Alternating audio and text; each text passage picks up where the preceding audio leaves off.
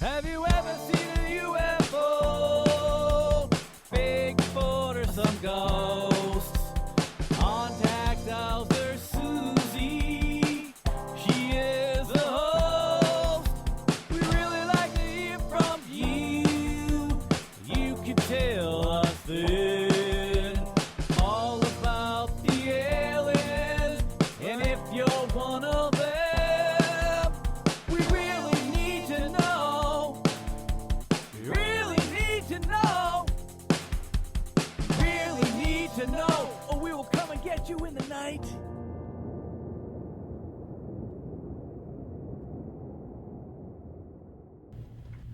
Hi, welcome to Out of This World with Susan and Willy. I'm Susan Spooler. And I'm Willie Miranda. Today our guest is Rey Hernandez from Miami, Florida. Rey, welcome to the show. Thank you for having me. It's a pleasure. So Rey is going to be one of our speakers at the Greater New England UFO Conference, which will be Friday and Saturday, October 16th and 17th in Leominster, Massachusetts. So Rey, tell us, what will you be sharing with the audience when you come to Leominster? I will be sharing with the audience the first ever comprehensive statistical study on individuals that have had UFO-related contact experiences. And this study is a study that's being conducted by numerous retired PhD academics, retired professors, together with the cream of the crop of individuals that have been researching this field for many, many years. Our executive director is Dr. Rudy Shields from your neck of the woods. He's an emeritus professor at the Harvard Institute for Harvard Smithsonian Institute for Astrophysics. Very nice. And he's a 75-year-old professor, one of the world's leading astrophysicists in the world, and he's our executive director. And the other co-founder is Dr. Edgar Mitchell, the sixth man on the moon, PhD from MIT, again, your neck of the woods again. Right down the street. And so we're talking the cream of the crop that's involved in this process. And I will be presenting for the first time the initial findings of our experiencer research study. That's fantastic. It's very, very exciting. We're really looking forward to you sharing all of your research materials with us. And what an impressive group of colleagues that you have that are working on this project with you. Correct. That's just Edgar and Rudy are just two of an extensive list of individuals. We also have the chair of our research study is Dr. John Climo, and he's a recently retired professor after teaching 40 years as a tenured professor of psychology. John is one of the world's leading academics in the field of parapsychology and transpersonal psychology. And John also has taught research methodology for 40 years. Okay. So we've got one of the world's top leading scholars heading up this research study.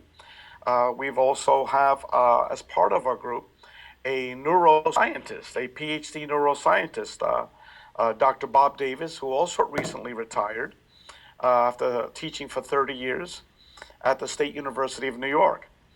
And several other academics are Dr. Leo Sprinkle, who is one of the first academics to begin research in this field. He started in 1962. And Leo's 85 years old. And I don't want to go through all the details of all the lists, but it's people of this caliber that we're involved with. Very, very. Wow. That's very impressive. So can you share with us some of the stories that people have told you of their experiences, or anything that you can tell us? Oh, goodness. Well, we've had almost 1,800 individuals that have taken our phase 1 survey. Our survey is also being conducted in different languages. We have a survey now in Spanish and in French, and we have the survey being translated in other languages as well. Before I get into some of my discussions, I can't go into the specific findings, but I will be able to do that at the conference. But Excellent. this is a worldwide phenomenon, first of all. We've had every continent in the United States that has responded to our survey. Affects both male and female, every type of religion, class, culture, from medical doctors. We've had 5 medical doctors, numerous attorneys, PhDs, you name it, to the regular individual that's a housewife, working class individuals. There's no separations, there's no distinctions here. Um, we've had approximately over 1,200 individuals that have actually seen a UFO. Out of those individuals, the vast majority have had interactions with these entities who we're defining as non-human intelligent beings. We don't describe them as ETs or aliens. So the categories that we're looking at is contact experiences that have been as a result of someone seeing a UFO, okay, and then having some type of interaction with these individuals. And the interactions can come in many different levels and formats. So, for example, we've had people that have actually physically seen these entities. And by these entities, we're talking about a whole gambit of these entities. The most common have been the small gray types and the human looking types. They are the two, categorically, the two leaders in terms of the statistical sample. In Latin America, however, it's the human types. People that look just like you and I. Their heights range anywhere from our height to all the way close to 8 or 9 feet. Interesting. But that look exactly like us. Some of them are described as more whitish features with like blonde hair. Others are not. Others have brown hair. Others have some type of Asiatic eyes. But the basic characteristic, also the tone. Some people are more dark skin, olive skin. So these are not what are normally considered just the Palladians. But the general category is that these are human looking. Just like you and I, they could be walking out in the street and there would be very little differentiation. And in Latin America, that's what's mostly seen. Other entities that are seen are, besides the little small grays, which are characterized as 3 to 5 foot tall, some of the tall grays, which are the categories of 5 to up to 9 or 10 feet tall. And I won't go into the details, but if you type into the computer grays, you'll begin to see some ideas of what they look like. They're not universal. There are many, many different types of descriptions. There's also different types of reptilian types of beings, mantid, like a praying mantis type of beings. There are the Sasquatch types, hairy animal types, various sizes, large sizes, 8, 9 feet tall, to very small sizes, 3 to 4 feet tall. Described like the Ewoks in the Star Wars type of pictures. And then there's different types of animal types of entities that have many people have described as having telepathic communications with them. So the type of beings that people are seeing are quite diverse by geographic region, by languages. We're starting to get data as to the differences, and tons of other variables we're getting from people.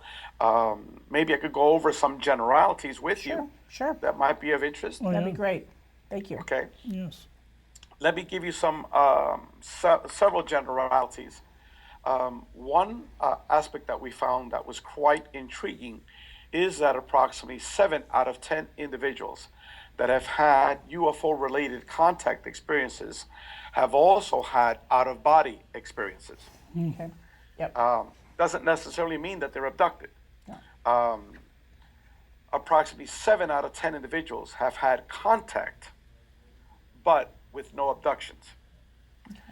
Now, what is widely circulated in the internet is that all of this is abduction related. Okay, and you hear interviews all the time. all they mention is abductions, abductions, abductions. What we got from our data, and again, this is real hard data, is that 70% of contact experiences are not abduction related. People have not had abduction, only 30%. Okay. The other aspect of it, the out-of-body experiences, that was very surprising to many of us. We knew that many experiencers had out-of-body experiences, but we had no idea it was such large numbers. Out-of-body experiences basically is that your soul or your spirit goes out of your body. So you're actually looking at your body underneath you.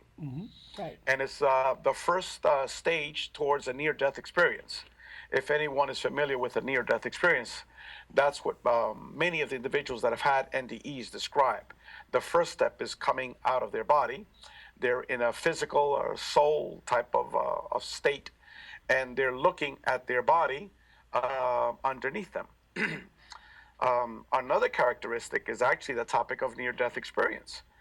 We've had almost 3 out of 10 individuals that have had contact with non-human intelligent beings have also had a near-death experience, which is a huge number.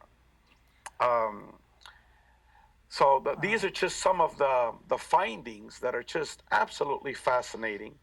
And the findings that I'm going to be presenting are just going to totally rock the field of ufology. It's going to turn ufology upside down. Instead of people talking about lights in the sky, they're going to be talking about the details of our study. Now this Ray, this study, did it include? I know it included some of Latin America, but did it include any of the Caribbean islands? Oh, it wasn't by island; it was by language. By language, okay. By language, and we've had most of the Spanish-speaking countries in Latin America that have responded to our study. The vast majority of the countries were obviously Mexico, Argentina, Chile, Peru. Every country in Latin America has responded to our study. What we're trying now, we've had about 360 responses. So our study will continue in the Spanish languages. We're now finalizing the translations for phase 2. Okay. Again, I'm just talking about phase 1. So phase 2 will soon be translated, hopefully in about 2 weeks, and then we can get the details from that study. Phase 1 is 133 questions. Phase 2 is 450 questions. Wow. Okay. Phase 3 is going to be at least another 400 questions. We're in the process of developing that as well. And then the last component of our research study are formal interviews, one-on-one interviews with the best cases that we have. And again, we're talking about hundreds of cases that might be categorized as base cases. These are cases that have had the entire family have had contact.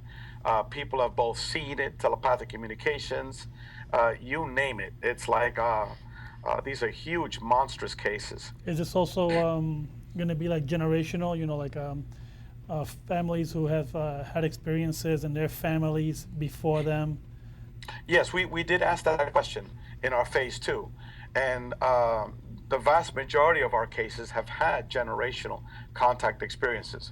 We asked experiences about their grandparents, their parents, their children, their siblings, their brothers and sisters. So it's quite detailed what we've asked.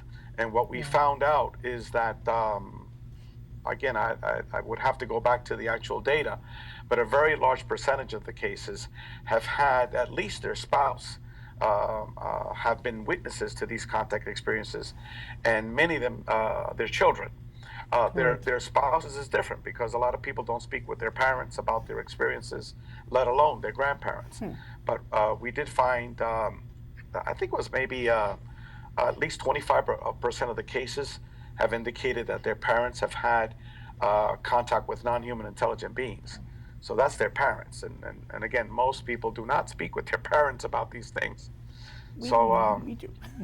We do. Okay. When my mother was pregnant with me back in the 60s, there was a craft over the house and in our neighborhood, and many people saw it. So she's always told me matter-of-factly throughout my entire life there was a sighting. And I spoke to you, Ray, before, like when we first met, and or we first spoke, and told you that my mother had an experience, but she would never divulge anything. Yes, my I bro- remember Willie. Yeah, my brother saw it. My brother was with her. And these areas are within, they're within less than a quarter mile apart from where these sightings were. Many Yes, years. yes. So. No, it's my goodness, just in my neighborhood, if I were to tell you the people that I've spoken with that have had not UFO sightings, we're talking about, quote unquote ET contact. It's very, very large number. The issue is that people just don't talk about it for many, many different reasons. And one of the reasons, objectives that we have of our study, besides publishing our findings in peer-reviewed academic journals, is to be able to publicize it so people can begin to talk about it, right. Saying that, look, all these scientists, have undertaken this enormous study, which have shown that worldwide, there's thousands of people that have had these types of experiences, and they've legitimized this field. Now let's start to openly discuss it. If I may, I'd like to explain to people at the Monroe Institute how we do this. As we put on headsets, and then one ear they'll put one tone, and the other ear they'll put a different tone, and then subsequently it will create a third tone in your brain, and with series of meditative things that you say, you'll spontaneously leave your body. There's focus 10 all the way up to focus 27, which some people will use to try to help those who have passed away, who have gone over to the other side. And it's a fascinating realm of study that I've looked at. I've worked with extensively for over 20 years. So. Yes, no, it's been scientifically studied by numerous institutes, numerous independent third parties. The most common aspect of it, the out-of-body aspect of it, has also been studied academically by various medical doctors, various universities. The most well-known is the University of Virginia, their Division of Perceptual Studies, headed now by deceased academic Dr. Ian Stevenson, and led for many years by Dr. Bruce Grayson. And again, he's a medical doctor, he is a psychiatrist, and he is probably the world's leading expert on near-death experiences. So there's been numerous academic institutes that have focused on the out-of-body aspect of it. And to me, there's no doubt that it exists. My own wife has had out-of-body experiences after having UFO-related ET contact experiences. Wow. And you yourself have had an experience. Oh, yes, that's what led to all of this. As of a little bit over 3 years ago, I was your typical overeducated atheist material rationalist, a lot that you see in the Massachusetts area. Yes. And no, and it totally transformed me. My background, I went to Rutgers College. I graduated with honors. I then went to Cornell University. I had a 3.95 at Cornell. I then got a National Science Foundation PhD fellowship, and I attended University of California, Berkeley. By the way, I did get admitted to the PhD program at MIT, but I decided to go to Berkeley. So just a little bit about my background. And the last thing on my mind was UFOs, ETs, and the paranormal. I just didn't believe in any of that hogwash. I never had an inclination to even take a peek at this stuff, just like the vast majority of society. And then in March of 2012, we had an experience in our house with my wife and myself that resulted in the miraculous cure of our 16-year-old dog who was paralyzed the night before that we were going to euthanize that same day. And we had a floating plasma being that came into my living room.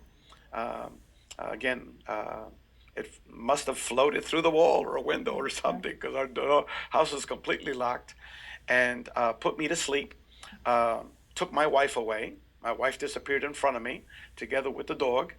And then when I woke up, anywhere from 15 minutes to half an hour later, and I ran downstairs. The dog was completely cured. My wife was celebrating that the angels came and cured cured her dog, and it was a state of pandemonium, at least on my end. To my wife, they were angels, case closed. But to me, it was a state of pandemonium that lasted for many, many, many months, at least 6 months afterwards. Wow. And the details I'll go over very briefly during our lecture. But it's important to note, my background, that I'm not just a UFO nut, someone who's been doing this for 30 years. I absolutely had zero interest in this topic as of 3 years ago. Yeah, like I said, when I heard your interview, I was so compelled to call Susan and say and tell her, you got to listen to Rey Hernandez. You really, really do. I'm also an engineer. I have my master's degree from Worcester Polytechnic Institute. So I did research at MIT and the Charles Stark Draper Lab in Cambridge, Massachusetts. So, yes, I So understand. at least you know what these skeptics think like, I do. I do. what I used to think like. But that's one of the objectives that we're trying to do with our study, is to show, look, we've got a Harvard, physicist that's involved in this, astrophysicist, a person that had battled Sir Stephen Hawking for many, many years and actually won that battle. Hawking was wrong and Rudy was right. Edgar Mitchell, again, PhD from MIT, all these other academics. We have a neuroscientist for God's sake, someone who studied the brain and taught the brain for 30 years as a member of our group. So these are not just any Tom, Dick, and Harry here. These are, hardcore academics, people that for many years were skeptics themselves. And again, they all bring that skeptical approach to what we're doing. And we're hoping to publish our study in a way that that the mainstream science and the mainstream world can begin to see that this phenomenon is valid. And one of the problems that we've had with this is that there has been very little research on this field. Statistical research, almost nothing. I shouldn't say that. Minimal research on this topic. The sample pool has been very, very small. The questions have been a very, very small amount of questions. And certainly the focus area, the topic area, has been very, very small. And I go into those specific areas in our lecture. But the last statistical study was actually done by Kathleen Martin, who's a resident also of Massachusetts. And she used 50 experiencers and an additional 25 as a control group. So again, it was only 50 experiencers. And the questions that we used was just 50 questions. We now have over 1,800 experiencers. We're going to have close to 1,000 questions. So it's just a huge explosion of data. Bud Hopkins never did statistical analysis. David Jacobs never did a statistical analysis. Dr. John Mack never did a statistical analysis. I saw John. Yeah, I remember. I've been to several of John Mack's lectures back in the '90s. So it'll be interesting to see what's at the top of the bell curve once you work with your statistics. Are you going to be participating in the Experiencers Conference up in Portland, Maine, the end of August? Unfortunately, I won't be able to attend because I'm going to be making a presentation to the Institute for Noetic Sciences, to their internal staff members at that point. And as you might suspect, that's Dean Radin is one of the lead scientists there. He's one of the world's leading academic scholars in the psi field. They have numerous academics associated with the Institute for Noetic Sciences. Okay.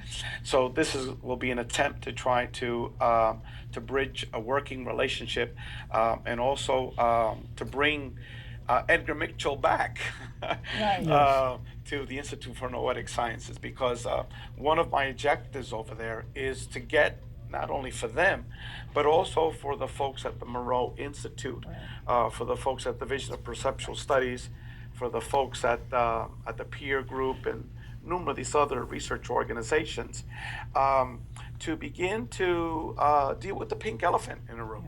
Yes. You could talk about remote viewing, Yes. all which way but loose. You could Yep. talk about out-of-body experiences. You could talk about near-death experiences. There are numerous PhDs and numerous medical doctors that have written books about near-death experiences, the psi phenomenon. You literally have a whole bookshelf of physicists and PhDs that have written about the psi phenomenon, remote viewing as well from an academic perspective.